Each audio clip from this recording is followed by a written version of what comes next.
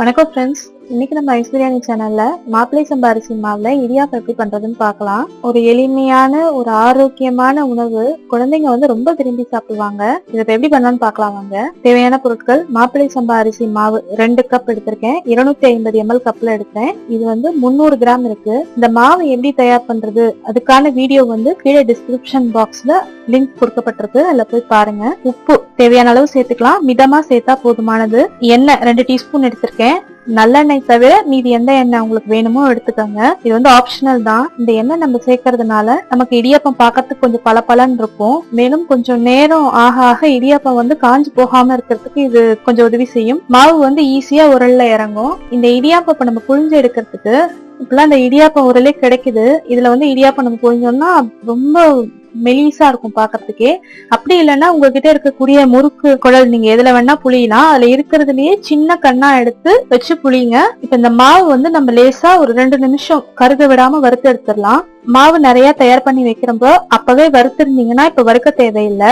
ரொம்ப கருகிற அளவுக்கு வறுக்க வேண்டாம். இந்த மாவுல லேசா சூடு ஏறணும். இது வந்து ஒரு 2 நிமிஷம் தான் ஆகும், அதுக்கு மேல நீங்க வறுக்க வேண்டாம். மாவு இப்ப வறுப்பட்டுருச்சு, நல்லா அதுல சூடு தெரியுது. இப்ப இந்த வறுத்த மாவுல நம்ம உப்பு சேர்த்துட்டு நல்லா கொதிக்கிற தண்ணி ஊத்தி பிசைஞ்சிடலாம். சில்லுன்னு இருக்க தண்ணி பயன்படுத்தக்கூடாது. தேவையான அளவு நம்ம உப்பு சேர்த்துடலாம்.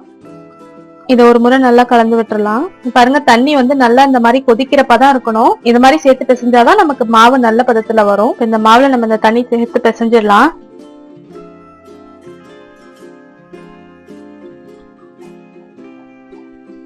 இப்ப இதை நம்ம ஓரளவு கலந்தாச்சு. இந்த ஸ்பூன் வச்சே கலந்துட்டோம். இப்ப இதை நம்ம இதுக்கு மேற்பட்டு பாத்தீங்கன்னா கொஞ்சம் சூடு குறைவா இருக்கும் போது கையை வச்சு பிசைஞ்சாதான் நமக்கு மாவு நல்லா ஒண்ணு திரண்டு வரும். இப்ப இதுல நம்ம எண்ணெயும் சேர்த்து கையை வச்சு பிசைஞ்சிடலாம். இப்ப நம்ம அந்த மாவை இப்ப நல்லா பிசைஞ்சாச்சு. இது வந்து நீங்க உடனே புழிஞ்சிடுறீங்க அப்படின்னா அப்படியே வச்சிடலாம். நீங்க கொஞ்சம் நேரம் ஆகும் புழியறதுக்கு அப்படின்னா இது மேல வந்து ஒரு ஈர துணி போட்டு மூடி வச்சிருங்க. இல்லைன்னா மாவு காஞ்ச மாதிரி ஆயிடும். உங்களுக்கு சூடா இருக்கும் போது பிழிஞ்சிங்கன்னா ஈஸியா நீங்க டக்கு டக்குன்னு புழிஞ்சிடலாம். இல்லைன்னா கொஞ்சம் உரல்ல கஷ்டமா இருக்கும், அதை மட்டும் பாத்துக்கலாம். இப்ப நம்ம எடுத்திருந்த இந்த 2 கப் மாவுக்கு பாத்தீங்கன்னா நான் 4 கப் தண்ணி நல்லா கொதிக்க வச்சிருந்தேன். இங்க நான் 3.5 கப் தண்ணி ஊத்தி பிசைஞ்சிருக்கேன்.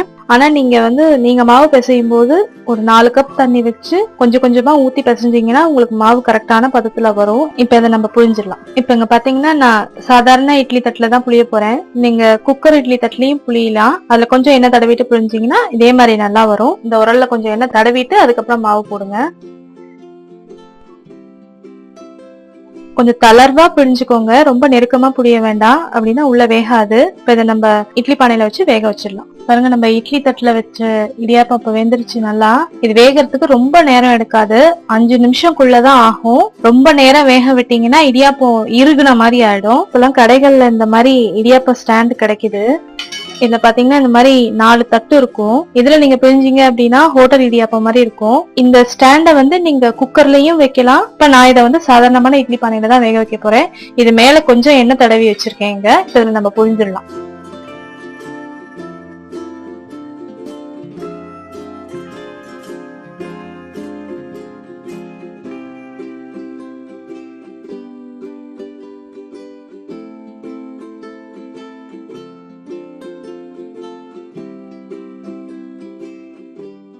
இப்ப இந்த 4 தட்டுலயும் நம்ம புழிஞ்சாச்சு. இதையும் வேக வச்சு எடுத்துடலாம். 3 நிமிஷம் தான் ஆச்சு இது வேகிறதுக்கு. இப்ப இதை நம்ம வேற ஒரு பதத்துல மாத்திடலாம். பாருங்க, நம்மளோட ஹெல்தி டேஸ்டி மாப்பிள்ளை சம்பா இடியாப்பம் தயாரா இருக்கு.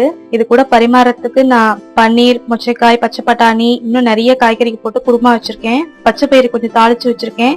மேல தூவி சாப்பிடறதுக்கு தேங்காய், வெல்லம் எடுத்திருக்கேன். இது இல்லாம தேங்காய் பால், வெல்லம் சேர்த்து எடுத்து வச்சிருக்கேன். இது எல்லாத்துக்கூடயும் சாப்பிட்டீங்கன்னா ரொம்ப அட்டகாசமா இருக்கும். இதை வந்து குழந்தைங்க ரொம்ப விரும்பி சாப்பிடுவாங்க. செல்லக்குட்டி, இதை டேஸ்ட் பண்ணி பாருடா.